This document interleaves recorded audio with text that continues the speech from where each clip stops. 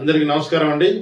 Welcome back to Adirindi TV Shri టాక్స్లో ఈరోజు మనం మన సంక్రాంతి రిలీజెస్ గురించి మాట్లాడుకుంటున్నాం.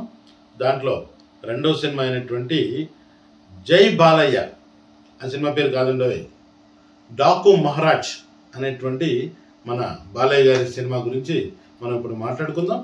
ఇది మనకు జనవరి 12వ తారీఖు రిలీజ్ అవుతుంది. కాబట్టి 12 నుంచి బోల్డ్ టైం ఉంది. సో టికెట్లు దొరకడం కొంచెం కష్టంగానే ఉంటుంది. బట్ స్టిల్ మనందరం కూడా బాలయ్య గారి ఫ్యాన్స్ కాబట్టి అందరం ఖచ్చితంగా ఈ సినిమాను మనం చూసే తీరుతాం, బాగున్నా బాలేకపోయినా కూడా. ఎందుకంటే బాలయ్య బాబు అంటే ఇప్పుడున్న పరిస్థితుల్లో కూడా అందరికీ ఇష్టపాత్రుడయ్యాడు. సో బాలయ్య బాబుని ఇష్టపడినటువంటి ఫ్యాన్స్ అంటే ఎవరు లేరు. చిరంజీవి గారి ఫ్యాన్స్, నాగార్జున గారి ఫ్యాన్స్, వెంకటేష్ గారి ఫ్యాన్స్, పవన్ కళ్యాణ్ గారి ఫ్యాన్స్, ఎవరి ఫ్యాన్స్ అయినా కూడా జై బాలయ్య అంటున్నటువంటి సందర్భాన్ని మనం చూస్తున్నాం.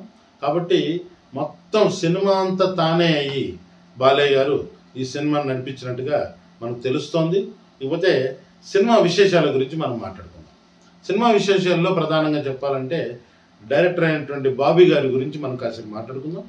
బాబీ గారు ఈ సినిమా కంటే ముందు మెగాస్టార్ చిరంజీవి గారితో వాల్తేరు వీరయ్య అనేటువంటి ఒక అద్భుతమైన కామెడీ సినిమాని చేశారు. సరే, కామెడీ సినిమా అనొద్దేమో, అది యాక్షన్ ఫిల్మ్ కూడా కావచ్చు. బట్ కామెడీ పాలు ఎక్కువగా కలిపి చిరంజీవి గారి యొక్క పాత రోజులన్నింటినీ గుర్తు చేసి, ఇది గ్యాంగ్ లీడర్ దగ్గర నుంచి పాత సినిమాల్లో ఉన్నటువంటి ఆ స్టైలైజేషన్ అంతా కూడా వర్కౌట్ చేసి మొత్తం మీద సినిమాను సూపర్ హిట్ చేశారండి. సో దానికి ముందు వచ్చేసి ఆయన చేసిన సినిమాలన్నీ కూడాను కంప్లీట్గా కమర్షియల్ ఎలిమెంట్స్. ఆడియన్స్ విజిల్స్ దేనికి కొడతారు, ఈ పలానా హీరో యొక్క ఫ్యాన్స్ దేన్ని ఇష్టపడతారు, దాన్ని కొలమానంగా తీసుకొని ఆయన స్క్రిప్ట్ చేస్తారు. అది ముందు నుంచి మనం చూసాం. ఇప్పుడు జై లవకుశ అనుకోండి, జై లవకుశలో కూడా ట్రిపుల్ యాక్షన్ ఎవరు, జూనియర్ ఎన్టీఆర్ గారు. సో ఆయన ఏం చేస్తే ఆడియన్స్ విజిల్ వేస్తారు అనే దాన్ని కరెక్ట్గా పట్టుకొని ఆ నాటకాలు, ఆ బ్యాక్డ్రాప్ అంతా తీసుకుని చేసిన సందర్భం. ఇదంతా ఎందుకు చెప్తున్నానంటే బాలయ్య బాబు యొక్క ఫ్యాన్స్ బాబు నుంచి ఏం కోరుకుంటారు, ఏం చూసి విజిలేస్తారు అన్నది కరెక్ట్గా ఆయన పట్టుకోవడం జరిగిందండి. అయితే ఈ సినిమా కథ లోపల ఆయన ప్రధానంగా బొబ్బిలి పులైనటువంటి పెద్ద ఎన్టీఆర్ గారి సినిమాను ప్రామాణికంగా తీసుకున్నారని మనకి ఈ సందర్భంగా తెలుస్తోంది. మీరు పోస్టర్స్ చూస్తే కూడా అర్థమవుతుంది. బొబ్బిలి పులిలో కూడా ఒక బందిపోటు గెటప్ ఉంటుంది పెద్ద ఎన్టీఆర్ గారికి. మీరు గమనించే ఉంటారు. ఆ గడ్డం ఉండి ఆలివ్ గ్రీన్ డ్రెస్ వేసుకొని పట్కా కట్టుకొని అచ్చంగా ఇప్పుడు మీరు ఉన్నటువంటి గెటప్ చూస్తే చాలా దగ్గర పోలికలు ఉంటాయి. కొంచెం మోడర్నైజ్ చేశారు, గొడ్డళ్ళు అవి పెట్టేసి కొంచెం అడవి చేశారు అనుకోండి.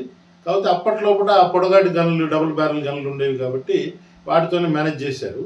ఇప్పుడు దాన్ని షేడ్ మార్చారు. సో బాలయ్య బాబు గారికి ఒక సెంటిమెంట్ ఉందండి. ఇది పెద్ద ఎన్టీఆర్ గారు వేసిన లాంటి గెటప్ ఎప్పుడైనా వేస్తే కనుక సినిమా అది సూపర్ డూపర్ హిట్ అవుతుంది. అది ఆయనకు ఉన్నటువంటి సెంటిమెంట్. బహుశా ఆ సెంటిమెంట్ మీద దెబ్బ కొట్టారు ఏమో కానీ బాబుతో ఈ కథను చాలా అద్భుతంగా ఒప్పించడం జరిగింది. మనకు చాలా టైటిల్లోనూ తెలుస్తుంది, డాకు మహారాజ్. డాకు అంటే బందిపోట్లు. సో బందిపోట్ల యొక్క బ్యాక్డ్రాప్లో కూడా కథ జరుగుతుంది అనే విషయం మనకు పోస్టర్ చూస్తే అర్థమవుతుంది. ఇక్కడ మనం గమనించాల్సిన విషయం ఏంటంటే ఓ చిన్న పాపతో బాలయ్య బాబు గారు వెళ్తున్నటువంటి పోస్టర్స్ కూడా మనకు రిలీజ్ చేశారు ఇంకో గెటప్లో, వేరే గెటప్లో. అయితే ఇద్దరు బాలయ్య బాబులేమో అని మీరు అనుకుంటున్నారేమో, అస్సలు కాదండి. ఇందులో ఒకే బాలయ్య బాబు ఉంటారు. ఆయనకు ఒక ఫ్లాష్ బ్యాక్ ఉంటుంది. ఫ్లాష్ బ్యాక్లో ఆయన బందిపోటు అనమాట. సో బందిపోటుగా ఉండి ఎంతమంది బీద వాళ్లకు ఆయన సేవ చేశారు. రాబిన్ హుడ్ లాంటి పాత్ర. సో పెద్దవాడిని కొట్టు, పేదవాడికి పెట్టు అనేటువంటి స్కీమ్ లోపల ఆయన వెళ్తున్న నేపథ్యంలో విలన్ చేతిలో ఆయన దెబ్బతినటం, అక్కడి నుంచి ఆయన సామాన్య ప్రజానీకంలోకి రావటం, సామాన్య జీవితం గడపటం.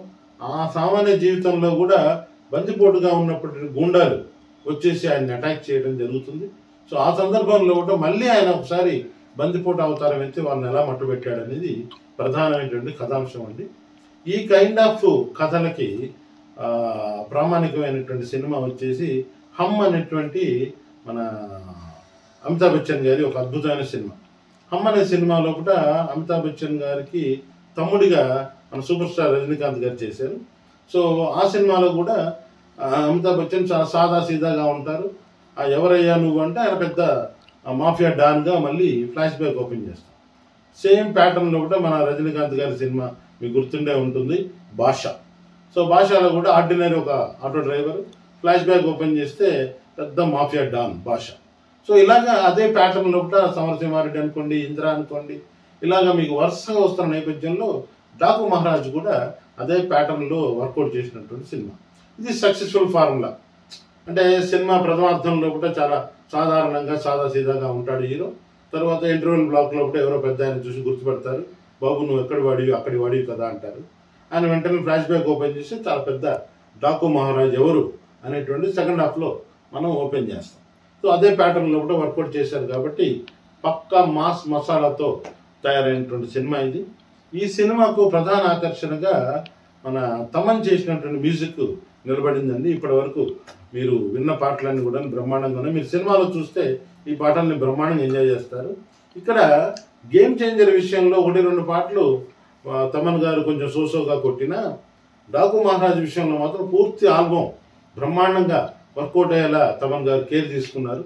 మరి ఈ విషయంలో బాలయ్య బాబుని చూసి భయపడి జంకి ఏమైనా చేశారా, లేక బాలయ్య బాబు గారి మీద ఉన్నటువంటి అభిమానంతో జై బాలయ్య అనుకొని అలా వర్కౌట్ చేశారనేది మనం గమనించాల్సిన విషయం. కాకపోతే డైరెక్టర్ బాబు గారు కూడా కాస్త కేర్ తీసుకున్నట్టుగా కనబడుతుంది. దీంట్లో బ్యాక్గ్రౌండ్ స్కోర్ మీరు ఖచ్చితంగా థియేటర్లో వినాల్సిందే. ముఖ్యంగా బందిపోట్ల ఎపిసోడ్ లోపల గుర్రాలు పరిగెత్తుకొస్తున్నప్పుడు, తర్వాత డ్రై ల్యాండ్ లోపల బ్రౌన్ టోన్ లోపల అద్భుతమైనటువంటి విజువల్స్ ఏంటి, ఒక కౌబాయ్ సినిమా చూస్తున్నటువంటి ఫీల్ మీరు అనుభవిస్తారు. కాబట్టి ఖచ్చితంగా థియేటర్లో ఈ సినిమా చూడండి. ఎందుకంటే బిగ్ స్క్రీన్లో అయితేనే ఆ స్పాన్ కనబడుతుంది. ఒక 500 గుర్రాలు పరిగెత్తుకొస్తుంటే ముందు బాలయ్య బాబు ఉంటే మీరు విజువలైజ్ చేయండి, ఎంత అద్భుతంగా ఉంటుంది. సో దీన్ని చూడాలంటే మీరు ఖచ్చితంగా థియేటర్కి వెళ్ళి చూడండి. ఇది సంక్రాంతి సందర్భంగా ఖచ్చితంగా మీరు ఎంజాయ్ చేస్తారు. సంక్రాంతికి వచ్చినటువంటి ప్రతి సినిమా, ఇది బాలయ్య బాబు యొక్క సినిమాల లిస్టులో సంక్రాంతికి రిలీజ్ అయిన ప్రతి సినిమా ఇప్పటి వరకు కూడాను ఫెయిల్ అవ్వలేదు, అన్ని సూపర్ హిట్ అయ్యాయి. ఈ సందర్భంగా ఖచ్చితంగా బాలయ్య బాబుకు ఈ సినిమా కూడా డాకు మహారాజ్ కూడా పెద్ద హిట్ అవుతుందని నాకు అనిపిస్తోంది. మీరు చూసిన తర్వాత మీరే చెప్తారు ఇది సూపర్ హిట్ అన్న విషయం. సో ఈ సందర్భంగా బాలయ్య బాబు గారికి అండ్ బాబీ గారికి మొత్తం యూనిట్కి అందరికి కూడాను మనం సంక్రాంతి శుభాకాంక్షలు తెలియజేసుకుందాం.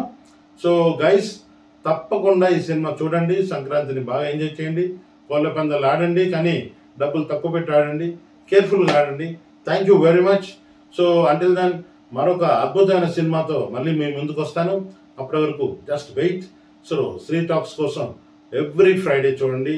ఎవ్రీ ఫ్రైడే కొత్త రిలీజెస్ అన్నిటి కూడాను మీకు పరిచయం చేస్తాను. Thank you very much.